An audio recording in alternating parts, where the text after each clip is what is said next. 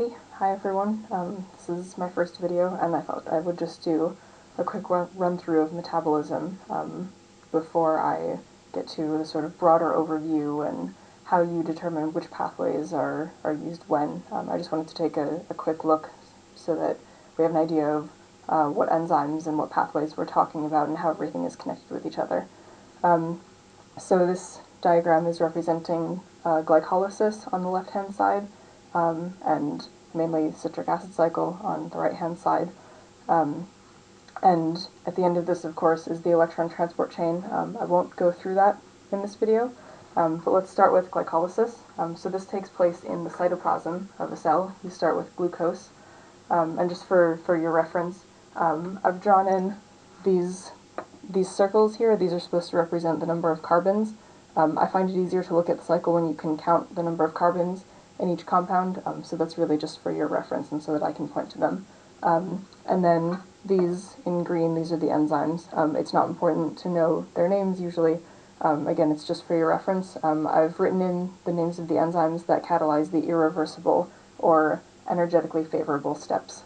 So something to remember with glycolysis and with the citric acid cycle, and really with any sort of reaction that's going on in a cell, there's an equilibrium or balance that is maintained between reactants and products. It's referred to as Le Chatelier's principle.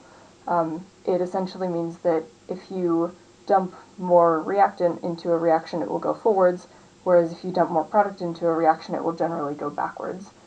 This is also referred to as mass action. I think that's the term that Nigel used.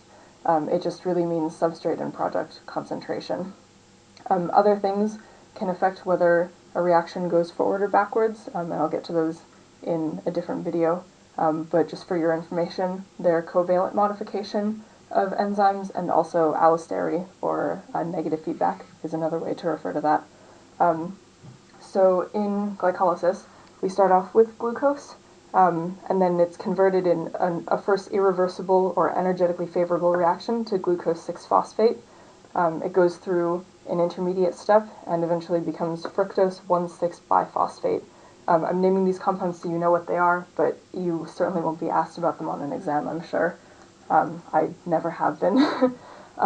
It goes through fructose 1,6-biphosphate, then goes through a number of reversible, small, fast steps, and eventually gets up to phosphoenol pyruvate, which is then converted into pyruvate by this enzyme, pyruvate kinase, which I noticed that you can't read on the video. Pyruvate is then converted into acetyl-CoA in this transition step, and then everything down here takes place in the mitochondria within the cell. So acetyl-CoA is transported into the mitochondrion. It combines with oxaloacetate to become citrate, and then it goes round this cycle. Carbon dioxide is kicked off, and what I haven't drawn in here is that you generate two compounds, NADH and FADH2. Those compounds are important because they will go to the electron transport chain. They're a sort of short-term energy carrier within the cell. So that's your basic backbone cycle of any cell that's going through metabolism. Let's say that we're talking about muscle right now. That's sort of your classic or your average cell. So if we are in a muscle cell in a body that has just recently eaten, so this is the fed state, for example, then when you're going through digestion, you're absorbing glucose, and all of your cells, and including this particular muscle cell, are going down this pathway, glycolysis, and then through the citric acid cycle in order to generate energy. Now, there are other processes that branch off of this cycle, and they're connected to them. Because they're connected to them, the concentration of substrate and the things that are going on in this backbone cycle can affect the pathways that are coming off of this cycle. For example, you see here fatty acids. Well, acetyl-CoA can be synthesized, stuck together, a lot of them, into fatty acids. Fatty acids are basically just a lot of acetyl-CoA molecules stuck together. And this pathway is easily reversible. It can go in one direction or it can go in the other direction.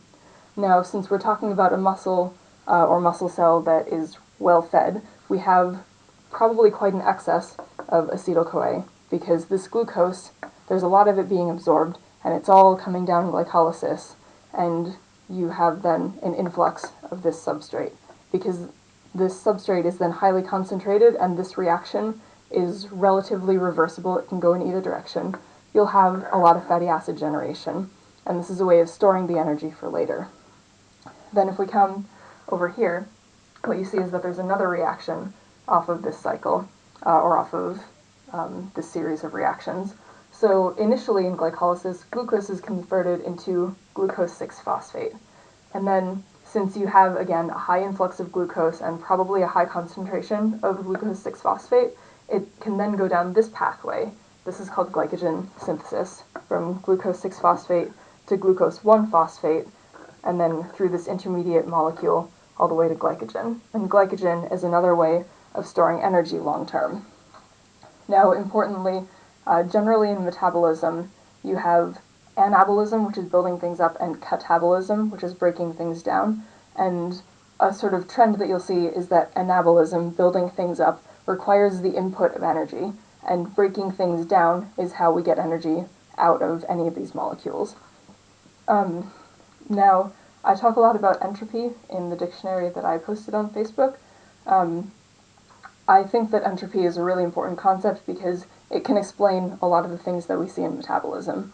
Entropy is this driving force that is existent all the time in the universe. The body is fighting it with gradients, as I talk about, and really what's happening with all of this, with metabolism, is that the body is trying to control the slide towards entropy. That's really how I think about metabolism. Another way that you can think about it is, well, one question would be, why don't we burn glucose quickly? You know, why do we start with a 6-carbon molecule, break it down to a 3-carbon molecule, and then 2, and go through this ridiculously long cycle in order to get the energy off of it? Why don't we just burn glucose immediately? Well, the answer to that question is, think about a car. Now, if you were to light your gasoline tank on fire, how far do you think the car would go? That's sort of an explosive release of mostly heat, but not actually usable energy. Well, our cars are designed to burn the gasoline slowly in order to pump the pistons, which is a form of usable energy in order to drive the car forward. So what metabolism is doing is it's breaking down glucose slowly in this kind of slow burn in order to get usable energy out of it. Now, something that Nigel said that caused a lot of confusion was that you put energy into glycogen synthesis right down this pathway, but you don't actually get any energy out of it when you break down glycogen and you go back to glucose 6-phosphate. The reason for that is that he was talking about usable energy, right? So ATP is a substrate as well as just an energy carrier. What you really need to remember is that ATP is a compound, it's a substrate that can bind to an enzyme. So these enzymes that go from glucose 6-phosphate down to glycogen require the use of ATP. They will use up ATP either for the phosphate, for the energy, or for both, in order to make these bonds, in order to make this long strand of glycogen. Well, when glycogen is broken down, you can see that this enzyme, glycogen phosphorylase, is the one enzyme that irreversibly converts glycogen to glucose 1-phosphate. It bypasses this intermediate molecule. The easy way to think about it is that it doesn't release ATP or energy because it uses a different pathway. So you're not going to get the same sort of thing out of this reaction. Another way to think about it is that glycogen phosphorylase doesn't use ATP as a substrate, or ADP in this case, as a substrate. So if ADP is not binding the enzyme in order to have a phosphate converted onto it, you're not going to get usable energy out of that reaction. The reaction is still releasing energy, it happens to be in the form of heat. This is one way that the body can generate heat. When you're shivering, when you're cold, for example, it generates heat by undergoing these reactions that don't make ATP. So the same amount of energy is put in or released, right? Because energy can't be created or destroyed. But what we're really concerned about is this usable energy, and glycogen phosphorylase does not give us usable energy. Now, you might ask, as a result of that, well, why do we store our glucose as glycogen?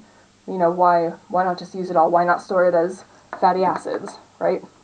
The answer to that is, well, let's think about this for a second. You're getting 2 net ATP out of glycolysis, right? That's not very much. It's enough for some bacteria. And actually we know now that herbivores will sacrifice these 2 net ATP in order to ferment things like cellulose, right, with their gut bacteria. What's really important is that you get like 32 ATP. You get a lot out of the citric acid cycle when they go through the electron transport chain and they get converted, right? So this is really key, where you're getting most of your energy.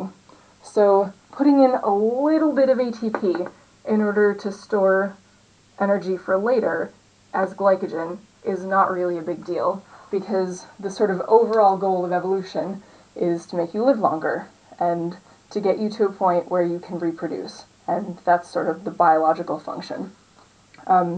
So the body has evolved to store energy so that in times of starvation you can make it through and your progeny can make it through. That's sort of the end game.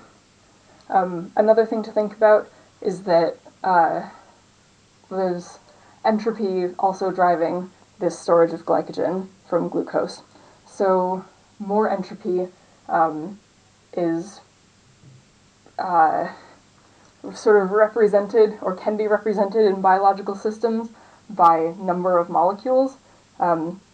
So if you think of a cell that is absorbing a lot of glucose, well, that is getting the cell to an extremely high solute concentration, right? And you're going to see water starting to leach out of that cell in order to try to equalize the gradient across the cell membrane. Well, if you store glucose as glycogen, that's only one molecule, right? Even though it's a really big molecule, you can, say, have 10 glucose stuck together, and that's just one glycogen molecule as opposed to 6 glucose molecules. So this storage of glucose as glycogen is a way of decreasing the concentration of glucose within the cell. That way the cell can absorb even more glucose. It's a mechanism by which the cell can get even more of an energy-rich substrate out of the blood. And what you have to remember is that all of this is taking place in a system, right? And then the surroundings would be the body. So this system, this whole system that we're talking about here, is in a cell in the body. All right? So I think I'm going to stop there for now, and then I'll get on to the next video.